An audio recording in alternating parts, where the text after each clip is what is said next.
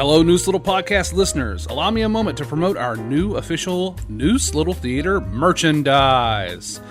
This can be bought at any show we have. And as you come see, you can go up to the merch table and ask the man or lady, and you can get your official NLT merch. Here's what we have. We have hats, toboggans, hoodies, t-shirts, long sleeve t-shirts, and we even have big and tall sizes. Just ask the person and they'll set you right up. We also have blankets, pins, key change, stickers, tumblers, frosted pint glass, coffee mug, aluminum water bottle, backpack, and tote bags, etc. We have it all. Be sure to check out our special anniversary merchandise, including our t-shirt featuring all the shows of our historic 50th season. Thank you, and thanks for listening.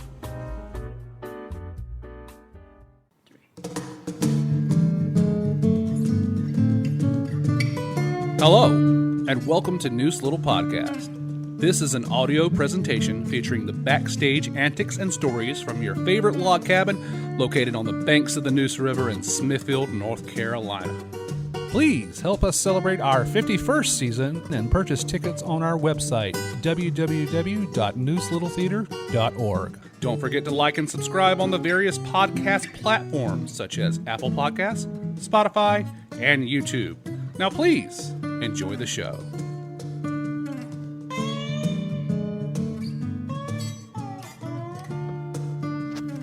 Welcome to Noose Little Podcast. I'm your host, Matt Gore. And you might be wondering, why does my voice sound a little different than it usually does? Well, I am not in our recording booth / tech booth at our humble hut. I am at my home where I'm recording this on my iPhone. And the reason is because during our initial recording with a cast of One Christmas Eve at Evergreen Mall going up at Noose Little Theater, we had a little technical mishap and lost the first part of our episode. But not to worry, I'll fill you in on the details right now. One Christmas Eve at Evergreen Mall is going to go up at Noose Little Theater on November 14th, 15th, 16th, 21st, and 22nd. All those shows are at 8 o'clock, except for the matinee, which I hear is sold out. And I also hear the Friday, November 21st show is sold out, according to the website. Speaking of the website, you can get your tickets at nooselittle.com, and they are still available for the November 14th, 15th, and 22nd show. So get your tickets right now at nooselittle.com. And just a note, I'm about to bring you into our actual recording of the episode with the cast. In the beginning, we are recapping our Halloween double feature, and I asked Toole how that went. So enjoy that. And we are going to start the episode recording right now. Movie night went really well. Everybody seemed to have a really good time. We got some feedback. I made little cards, very self-deprecating cards. But everybody who filled one out basically said it was great. They would love for us to do it again. The most harsh criticism was we need better snacks. That was from the Sepulvedas. The twins specifically. And but we had a really good time. We figured out some kinks in the system. I think if we do it again, we would do them a little smoother. Brenda contacted me, one of our board members contacted me and said we should really do something for the holidays. I would love to do Miracle on 34th Street, the original black and white from 1947. And possibly, it would not be a double feature just because they're both full-length movies. But I would love to do an early showing of, like, Miracle on 34th Street and then do a late showing of Steven's favorite Christmas movie called The Night They Saved Christmas. Because you want a good movie and then a not-so-good movie. But The Night They Saved Christmas has Jacqueline Smith, and she has a son, and... No, maybe she doesn't have the son, but there's a kid in it. But they're drilling for oil close to the North Pole, and it is endangering Santa's workshop. And so the kid decides to run out and try and save Santa. And of course, he's a horrible actor and blah blah blah. But as a lot of child actors are. But Art Carney plays Santa, and he's the best, grumpiest Santa you'll ever meet. He walks onto the floor and basically tells the elves, just shut up. He's like, I'm tired of hearing that song. No more Jingle Bells. So it's a great movie anyway. So maybe we'll see if I can get the rights and stuff, but we'd have to figure out when. if we do a holiday show, like what weekend in December is free. So, but no, everybody seemed to have a good time. So Did they laugh during Killer Shrews more? Oh God, yeah. Killer Shrews was a hit. I was very excited about that because I introduced an entire new audience to Killer Shrews. And I like that idea. I like the idea. That's kind of like a really interesting thing we could do here in Smithfield. Like, yeah, have maybe a double feature, and the first one's legit, and the second one's utter crap. And if you want to stay for the second one, that's fine. And if you don't, that's fine. Okay, that was a brief recap of movie night here at the Hut. I'm glad we did that. I want to give a shout out to a Christmas show coming up. I'm going to be shamefully self-promotional and mention that the version of Christmas Carol I'm directing in Goldsboro at the Paramount Theater going up on one weekend, December 12th, 13th, and 14th. Please check that out if you like a Christmas Carol. It's a traditional version, and it has NLT's own Larry Gray in the role of Scrooge. And it has a very, very nice theater. It is one of the nicest theaters I've seen in southeastern North Carolina, and I've been to a couple, and check it out. It's at GoldsboroParamount.com if you want to come see it. Also, on November 17th and 18th here at the Hut, we have auditions for our upcoming musical in the new year, She Loves Me. We're doing auditions early this year. They're going to get started with music in December, and real rehearsals will start, I am assuming, in the new year. That goes up in February. So that's going to be our musical for the year, and we're very excited about that. Sean Braswell is directing, and it goes up appropriately right around Valentine's Day. So come out for this underrated musical here at the Hut. Okay, let us introduce the cast of One Christmas Eve at Evergreen Mall. I said the title that time without having to look at the notes. Okay, sitting across from me on her second appearance on the podcast, she played Malin in Steel Magnolias last season, is Kim O'Callaghan. Thank you for coming, ma'am. Thank you for having us again. All right, and sitting next to you is your husband, John Frantz. Frantz, okay. And this is your first play at NLT, but not. Did she drag you along, or did you know about us, or how'd you get here? Well, I knew you existed. We'd been by for auditions a couple of times, but never had anything work out. But then I felt so much part of the family, even though I was never on stage at Steel Magnolias, that I just had to come back. All right. Sitting next to him is Kaylee. What's your last name? Fairburn. Kaylee Fairburn, and she was part of the cast of Anne of Green Gables, and she's back now for Evergreen Mall. And sitting next to her this is her second podcast, and she's become quite a fixture here at Moose Little Theater. Her name is Kaitlyn Tarley. Welcome back. Thank you. Always a pleasure. And coming back she was on our third podcast. We were almost at 100 episodes, and she was on our third one, and I think another one that I'm forgetting. But she was definitely on one of the very first episodes of Moose Little Podcast, and that's Mary-Leigh Hamilton. Welcome back. Thank you, Matt. Happy to be here. All right. We're going to talk about the play. I know it's kind of split up into 10 vignettes, but so tell me first of all, tell me how many characters everybody plays multiple characters, right? Oh no, everybody's shaking their head now. Okay. All right. Let's start with Kim. Tell us about a little bit about this play and the characters you play. So, as you know, it's not a very well-known title around Christmas time, and which I love because you always have the same Christmas shows going up around, and all the theaters are doing them. So I've had people ask me, what is the show about? And I've said, those Christmas movies that come out the time of year where, like, you've got a bunch of different scenes going on, and then they all kind of, like, interweave together, and they all sort of create one cohesive story. And we call it the Hallmark. Kind of like the Hallmark Christmas, play. And so that's the best way I can explain it, is that we've got all these little scenes and all these little people, and they're all connected to each other in the end. And even during the show, too, I think they're woven together some as well. So who are you? Oh, and so, yeah, in terms of who I am, you're going to see me as the bell ringer for, like, 30 seconds in the very beginning. And then I don't come on until Act 2 again, where I play a young newlywed. And then John, my husband, my real husband, is also my husband in the show. And then I play an elf, which I've never played an elf before, so this should be fun. So just to give like an overview, it sounds like this is about multiple stories set at a mall on Christmas Eve, but they all have kind of maybe a common theme or are working towards a common theme? All of the characters I think most of the characters interact with each other some way, shape, or form. Either they're passing by or whatever, but they all come together at the end. So yeah. Okay, great. So yes, Stephanie, the director, handed me some notes here. You play Molly, Ellie, and the Bell Ringer. The Bell, yeah. Okay, so let's get over to John, who plays Robert, RJ, and Matthew. Tell us about your characters and just tell us about your first experience here acting on stage at Noose Little Theater. Well, okay, it's just been fantastic being here. I love the venue. I love this space. It's just so fun. Maybe that's the history nerd in me. I don't know, but it's just cool to be here.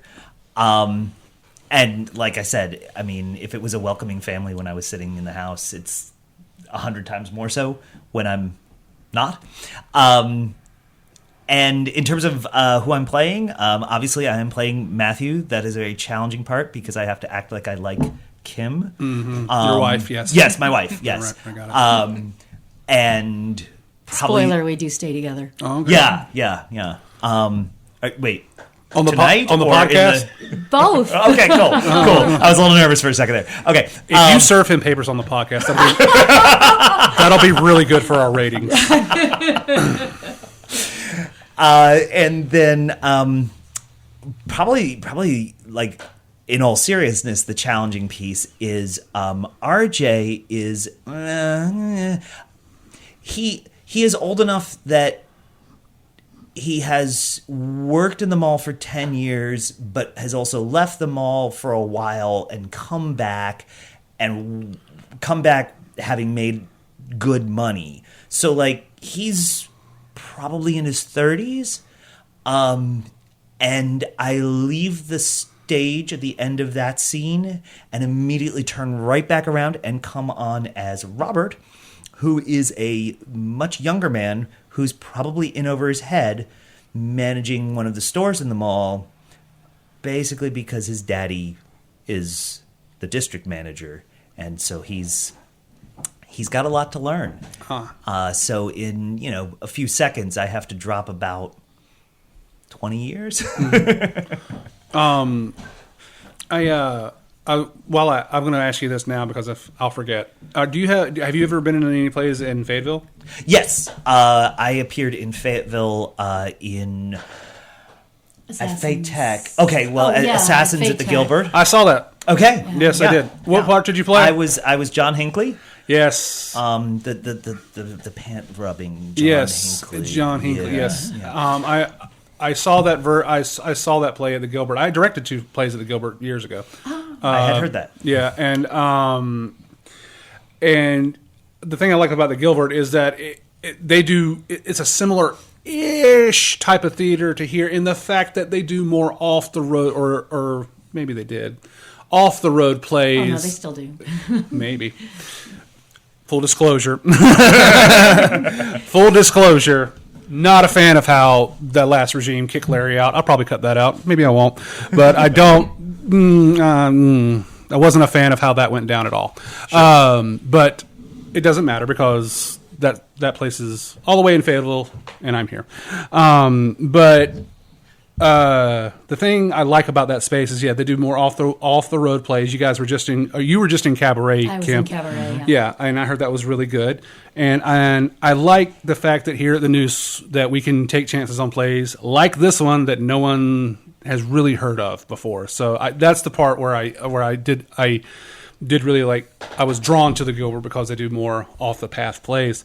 All right, but let's talk to Kaylee. Kaylee, you were in Anne of Green Gables. Yes, I was. All right, what was your character name? My character was Ruby Gillis. I was one of the friends of Anne. It was really fun. The day after closing night for Anne of Green Gables was my audition for One Christmas Eve at Evergreen Mall. So I have been here at Noose nonstop since August. So you've gotten well acquainted with our humble hut. Oh, yeah. Well, that's interesting. So what's it been like for you since August, Well, this place, honestly, I feel so at home here. Everyone is so incredibly sweet. Cast, crew, directors, absolutely everyone. And that's honestly what keeps me, coming back is, I finished Anne of Green Gables, and I was like, we'll see how this goes. And then I was like, okay, I have to come back. I love these people so much. They're amazing. And I don't know, it's great. I love doing it so much. Well, we definitely love having the teens here. We are actively, I can say from being in the meetings, we are actively involved in trying to incorporate more teens here and doing plays in a regular season that have more teens in them. Kaitlyn, you're back here for your third go around. Yes. But you were I saw you hanging around Anna Green Gables. What did you do on Anna Green Gables? Yes. Well, I like to be a Jane of all trades. So I guess the biggest motivator for me being backstage for Anne of Green Gables was during Steel Magnolias. There were a lot of... I can be a little type A when it comes to like props or things being in certain places. And we had some moments where I was like, you know what, I'm just going to do it. And then I was like, well, maybe instead of being a tyrant, like, the typical actress that's just like a diva, that maybe you should just help out backstage and do the job. So, well, that's a different... Actors have a certain mindset. I always go to the story about actors where a normal person walks into a room and sees a bowl full of apples. And they're like, oh, that's nice. Someone brought apples for everyone. An actor walks into the room and sees a bowl full of apples. Isn't that nice? Someone brought apples for me. yeah. So you're right. It also sounds a lot like our board member, Brenda, who's just like, just move and I'll do it. She's like... in a nice way. Yeah, sure. But yeah, you saw a problem and you had to fix it, is what you're saying. Yeah, I wanted to be part of the solution, yes. Okay. So you were kind of like prop master extraordinaire? Well, during Steel Magnolias, maybe, but not. During Anne of Green Gables, I helped Stephen Moore as like an assistant manager. Gotcha. Or stage manager role. He doesn't let just anybody help him. Well, I'm not trying to toot my own horn, but... You got the Stephen check mark. I don't know about the rest of you guys. That's okay. She is Stephen approved. Stephen approved. I'm not Stephen approved. And I've been here since like 2007. Some people got it. Some people got it. I heard it. That was funny. All right, Mary-Leigh. All right. You've played many different characters. You were the original Dorothy in Wizard of Oz. Yeah. And I know you have a son now, and he probably does a lot of sports, and you couldn't participate in Wizard of Oz. But I want you to know, I was throwing out there, so I was like, Mary-Leigh played the original Dorothy in Wizard of Oz. And we all know Kathy did a great job. Kathy's one of our best. She did an outstanding job. She did. But I was just like, how cool would it be if Mary-Leigh comes back and plays the Wicked Witch? It would have really been a plot twist for people that have been around the theater for that long. Yeah, little to inside. see that happen. Yeah, but no, tell us about the play you're in now. We're glad to have you back. What brought you back to this play specifically? I'm very happy to be back. I tell everyone that I feel like Noose Little Theater is a second home to me because I did start doing theater here so young. I think I was 8 for my first production. So anytime that I have the opportunity to come back, I'm grateful because I enjoy being here in this building and surrounded by so many people that I consider close friends that are almost like family. And I've worked for Stephanie in the past in certain shows, and I happen to really, really like her director style. I love how organized she is and how, as we come in at the beginning of the show, typically she'll have all of the blocking written out for us, all of the cues written out for us. Makes it really easy to walk into a show and hit the ground running. Mm-hmm. But that said, any opportunity to be here is a good one to me. Right. You have had a wide range of characters here, and while I have you here, like, what's some? I don't know. I'm just like my ADHD brain. I mean, kind of ADHD on the podcast. But I do want to ask you before I forget. What's some of those characters that really stand? Dorothy, obviously, but what's some others that really stand out? For those of us that have been around a long time, you might remember Vivian Worrell. She was a fixture here for many years, and she would do usually around Christmas time, a kids production every year. And so I was in the best Christmas pageant ever as Alice, and that was the first role I ever had here, so that's a standout. And then I was Scout in To Kill a Mockingbird. Tony Pender directed it. That was big. Some incredible people were in that show that I still just light up every time I see them. Sammy Smith, Reggie Parker, and the list goes on. Sean. Yeah. So let's see. Savannah Sipping Society was a good one. I was in Willy Wonka a couple years back. Mamma Mia. Musicals are kind of my thing, so anytime I get to take on a musical is a good one as well. Let's see, The Crucible with Mita. That was a great show as well. She got yelled at a lot. Yeah, I was. Oh, as John Proctor's wife, you got yelled at. In the show. Yes. I love Mita. That was depressing. Mita directed that show, The Crucible, all those years ago. I did the lights for it. But can you imagine? Can you imagine John Proctor cheating on Mary-Leigh? I was just like, what is going on? And I was younger then. I was a lot younger then. So No, you have listen. You've retained your beauty. Oh, thank you. And yes, that's so kind. I know. I'm not trying to blow smoke up your butt.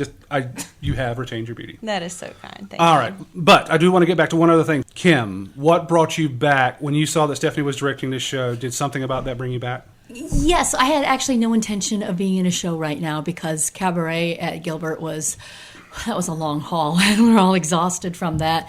But Mita told me about the show, asked me to audition for it. I loved her directorial style from Steel Magnolia. I'm sorry, Stephanie. Oh my gosh, I'm looking at, Stephanie did. And I just loved working with her in Steel Magnolias. That was my very first show here at NLT. And so I had to come back and do it. So. And also the opportunity to work with my husband as well, which was, a draw too. Mm-hmm. So I love being on stage with him. This is the second time playing my husband on stage. And both times you were named Molly. Yeah. What was the other play? It was Mousetrap at HRT. Oh, yeah. I wanted to come audition for that. It just didn't work out. But I love Mousetrap. Yeah, they had like a hurricane during auditions that time. So, yeah. I wanted to come and try out for Paravancini. Yes. That's a fun role. I love Mousetrap is my favorite. I like HRT a lot. I've seen a couple of shows they've done there, but it's just like just far enough away where I'm just like, same thing with Fayetteville, and so I was like, this is just 20 minutes too far. So now I've Benson Little Theater as far as I go. Have you done anything with Benson yet? Not yet. John has. But every time I audition for something at Benson, I've got an overlap and a conflict with another show that I'm in. So one of these days, it'll happen. They're doing Rumors in the spring, and I'm like dying to be in that show. So why? Yeah. All right, tell me, because you're not the reason I say why is because you're not the only one that's told me that, and I don't know. For Rumors? Yeah, I don't know a lot about it. So why are people dying to be in Rumors? Fun show. It's so much fun, and it's got a nice. I love ensemble pieces. It's one of the reasons why I love Steel Magnolias, because we are an ensemble. This is an ensemble cast. I don't like star vehicle shows as much. I'd rather be a big part of like a group and a family there. And Rumors is an ensemble cast. It's also age appropriate, so I like that. We fit right in that way, and a chance to be able to play his wife again in a show is just really appealing. So John, when you're here for your first show, and Stephanie does have a specific directing style, were you caught off guard with that? How did you adapt to it? Not to make it all about me, but I kind of roll with directors, like director says this is the way they do it. Okay, then that's how I'm going to do it. Director says that's the way they're going to do it. Director doesn't say anything and just does it. It's all good to me. What it's about is it's about the show, and I really work to just leave my ego at the door and be like, okay, in that moment, I'm not John trying to make a choice. I'm Matthew, or I'm Robert, or whatever. And when the director says, I want to see it this way, I want to see it that way, okay, let's try it. Let's see where we go. Yeah, and Stephanie gives us the freedom to be able to do that, to interpret the way our characters, what they're thinking, which I love. Yeah. So piggyback on that, Kaylee, you play Jenny, Linda, and Abby. So you have to play multiple characters. So piggyback on what John was talking about as far as being adaptable and how you adapt to these three characters. Yeah, so with my characters, all of them are at very different stages in their life. So Jenny is a high school senior, just like me, about to go to college. She's going through a huge change in her life. And it's really interesting to kind of get to play that, because that's kind of what I'm going through. But then we go to Abby, who's coming home from her first semester at college, and she's going through a very big life event. No spoilers, but a very big life event. and she's angry, and so I go from kind of this like nerdy teenage girl to a very angry college student. And then Linda, who is about 25, I think, and she's divorced and she has a young child. And so, well, 18-year-old me, it's very hard to play that, and it's very interesting to get to tap into that, though. It's very, I don't know, it's going back and forth and going from Linda, and then I have one scene until I have to be back as Jenny. And so, kind of like what John was saying about having to kind of switch your mindset to play the characters. Like, I drop about, 10 years for Jenny, and so it's really interesting to get to do that and play all these different personalities. And Kaitlyn, you have one role in the play, and tell us about just having the one role. Yeah, so I guess for me it is a little bit of a different role in that, like with Kaylee, I'm playing a little above my age because, of course, as you all know, I'm still very young. But getting to kind of play or do roles in a new age bracket and play a motherly role and a mall cop, it's very, very different from my normal. And so it's fun for me to play that role. But I think for me, it puts me at a bit of an advantage over everyone else because I don't have to switch between roles. I can kind of settle in my character early on, and there's not a whole, unlike with Annelle where I had a bunch of shifts throughout the play. With this one, it's much more consistent, and so but it's different, and so I've enjoyed it. I mean, everyone loves a woman in uniform, right? So Yeah, you're a security guard, so you have your full. Okay, interesting. I mean, that so. Are you like a mean mall cop? No, of course not. Of course not. I'm the one that's in charge that everyone loves, Okay, got it. So she's the thread who ties us all together. I was about to say, is she like the Jiminy Cricket? The So let's talk about some of the other actors that aren't here right now. We've got Callie Carl, and she's playing one of your partner. That's a partner in crime. Yep. Right. She also plays Andy. And then we have Caroline Grigas and David Holt and Christina Pauley. And David Holt, I know David. I cast him in his first show here. I'm always glad when David comes back because he's kind of like a force of nature. David's a force of nature. I like David because as a director, he gives me a run for my money sometimes. And I like actors that challenge me. But Mary-Leigh, let's talk about the different characters that you play. It says you played Aaron, Sharon, and Joellen. Right. Joellen. Yeah, Aaron is opposite David, actually, when he plays Steven. Oh, okay. And in our scene, we are a couple of egotistical community theater actors. Wow. And it's a stretch for doing both what of us. Yeah. What show are you doing? Oh, yeah. So we're doing a mall theater production of Christmas Carol. Okay. Very meta. Okay. All right. So, yeah, because I've seen him in the Marley costume. Yeah. So why do you say they're conceited or so? They're very ego-driven in the fact that... Actors, what? I know. It's very surprising and a stretch for both him and I'm sure. But basically, he's the established community theater actor, as he says in the scene. And he's been doing productions with the theater for 27 years or 27 productions. Oh, yeah, so he's the guy. He's the guy. Yeah. And I'm the girl that just showed up at auditions and got cast immediately as the main character in Scrooge. Oh, so is he like over-directing you or like... He's, I don't want to give too much away of the show, but he's been secretly harboring some resentment over that, right. that he didn't get cast as Scrooge. But it's a really fun scene to play. Actually, Tony Pender came in and helped us out with some of the choreography. I was talking to Stephanie about that. He did. We were talking about how it's always great when Tony comes in because he always gives you a fresh perspective and something that you haven't thought about. He's incredible. Yeah. His eye for briefly watching a scene or even just listening to the dialogue and being able to envision what's going to work on stage and what's going to translate over to the audience is just impressive. It is. It is. If you edit all the great stuff I've said about Tony on all the podcast episodes, you would have a lot of content. But And somehow still he would not be at all egotistical No. or big-headed. He's just so lovable. we keep making jokes about actors and egos and ha ha ha divas and stuff like that. But in true reality, almost we have a trend here. I wouldn't say it's something we cultivate, but there's a trend here. Like if you have a huge ego, you probably aren't going to last very long here because it's just the place itself has a way of weeding that type of behavior out. I'm not going to say 100%, but for the most part, over time.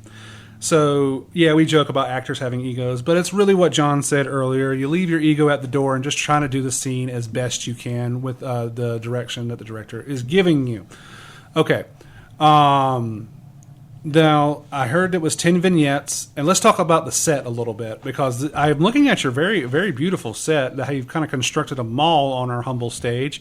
And I do want to mention the set painters. Of course, we have our resident set painter, Anita Liverman, who always does a great job, but she has some help with William Strickland, who is a professional artist, murals. You can catch him on Facebook at William Strickland Painting, but he also has a store, William Strickland Paintings, in downtown Selma, if you ever want to visit his gallery.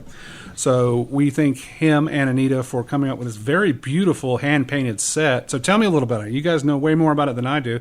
Somebody jump in. Tell me about this set. Well, I'll jump in because with the last show, I started helping with building set as well. Of course, to spend more time with Steven. This will give me brownie points as well.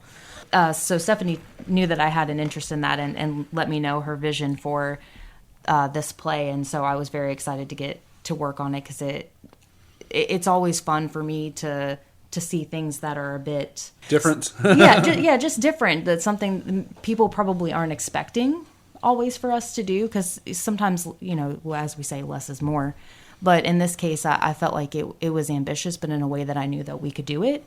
And so I just think it's a really cool set. And so to get to be a part of a little bit building that set and seeing it come together is like another element to us also working on the play itself and watching it come together. Well, someone explain to me how it functions, basically.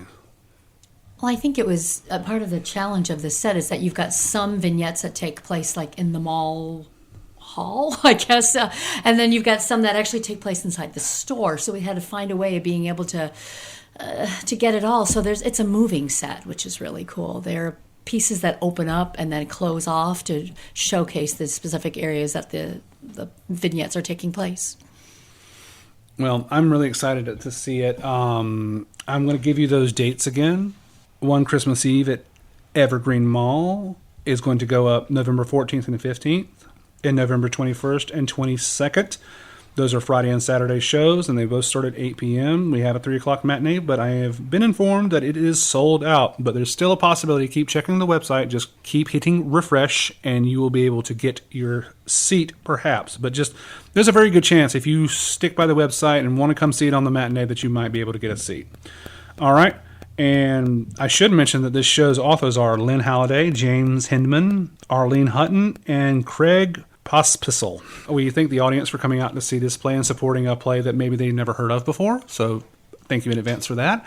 And we thank the cast and crew for their hard work. And I think the Kim, John, Kaylee, Kaitlyn, and Mary-Leigh for coming in on one of their few evenings off of rehearsals to come and record this podcast. And if there's anything I'm missing about the play, anything that you want to chime in about it, now's the time.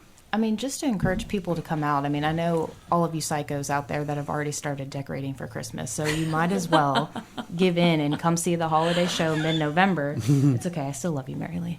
And it's just it as with most offbeat shows or lesser known, it's heartfelt, but it has a lot of really good funny moments, and it's just a really cool show. So don't let your lack of knowledge of the show keep you from coming out. If you've seen, everybody's heard of Almost Maine. If you've heard or seen of Almost Maine, just think Almost Maine and a mall at Christmas Eve. That's what Is that basically Basically what it is. if you really need someone to pin it down for you, if you can't use your imagination? Anything else that I'm missing on this play? It sounds, I can't wait to see it. It's a mall in Michigan, and that's where I'm from. So Oh, there's part of that draw too. Yeah. Where are you from in Michigan? I'm from the southwest corner of Michigan, about 3 hours away from Chicago. And so one of the things that really struck me is my character actually says the word A-U-N-T. Aunt.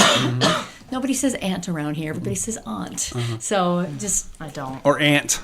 A-N-T. Yeah. That's very popular. so it's in Michigan, and I know where Midland, Michigan is. That was about 2.5 hours from where I grew up. So That's cool. yep, All right. But I've been there.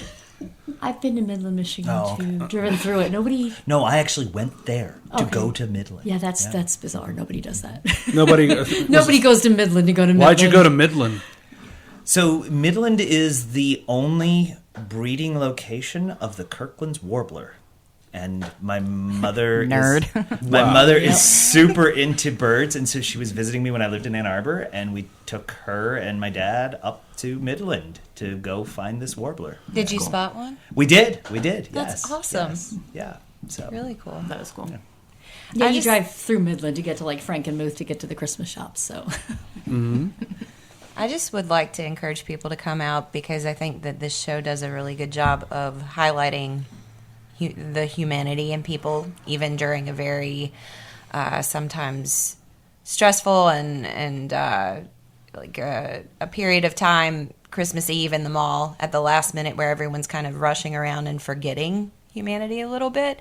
It ties everyone together in a way where you see snippets of real life for people and their struggles and their wins and their happy moments too. And there's just a little bit of all of those emotions, and I think it's really Completely agree. nice. You'll recognize yourself in somebody on stage. Yeah.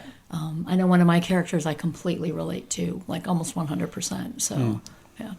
it's the bell ringer, isn't it? It's the bell ringer. That must be it, yes. I was born to play this bell ringer. All right, Kaylee, go ahead. You look like you were about to say something. I'm sorry. You got something to say. Sure. Well, okay. In each of the If little, you don't, just pretend. okay, well, I'll say something now. Each of the little vignettes, there's a little lesson to learn in each of them, which is, it's really nice. Like, obviously, like Christmas is about family and all that, and you kind of see in each of these how people adjust to different situations and learn little lessons along the way, and it kind of, I don't know, it's nice. I don't know, I like it. It's Reminding us the reasons for the Yeah, season. It's heartwarming. It's Christmas. All right, guys, I'm going to let you get out of here. Thank you for coming on the podcast. I am your host, Matt Gore. That's my producer, Mita Toole. We'll be back with a new episode, perhaps before the new year. Maybe, maybe not. We'll see. But we hope you keep listening to Noose Little Podcast. Please like and subscribe. Please leave us a review on Apple Podcasts, Spotify, any place that has podcasts. Please help us out. It always helps. Any feedback helps. All right. Thank you guys for listening, and we'll talk to you later.